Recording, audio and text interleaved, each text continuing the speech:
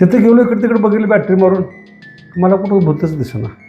एवढ्यात खाली असं ती काऊस होता आणि अशी झोप लागायला लागली. 2 फूट पायावरती उचलायचं नाही, आदळायचं खाली. अगाय आलोय म्हटलं आता काय, मी कोणाला सांगितलंच नाही ना मी इकडे निघालोय म्हणून. मी माणूस कोण आलेला नाही निश्चित.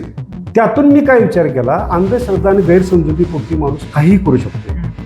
समजा याचा कदाचित त्या लोकांना कोणतरी सांगितलं असलं इथं नरद बळी द्यायला पाहिजे, मलाच घेऊन कापला तर काय करायचं. त्यावेळी म्हटलं बघावा, एक काम करायचं आहे. आणि गाडीत बघितलं तर कमरेवर मोठं बकरं आहे. एक महाराज बसला आहे, जटाबिटा वाढवून महाराज आहे. आणि आम्हाला सांगितलं जावा आंघोळ करून या जावं. आंघोळ केल्याशिवाय भुईत प्रवेश नाही.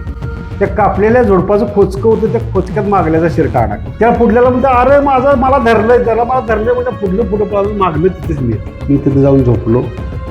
आणि खरोखर रात्री 12च्या दरम्यान 12:30 दरम्यान घंटी वाजायला जिन्यावर बाई आली. म्हणलं निश्चित माझ्या चष्म्यातनं स्मशान म्हणजे 1 नंबरची जागा, झोपायला, अभ्यास करायला, एकांतवासात जायला, मेडिटेशन करायला.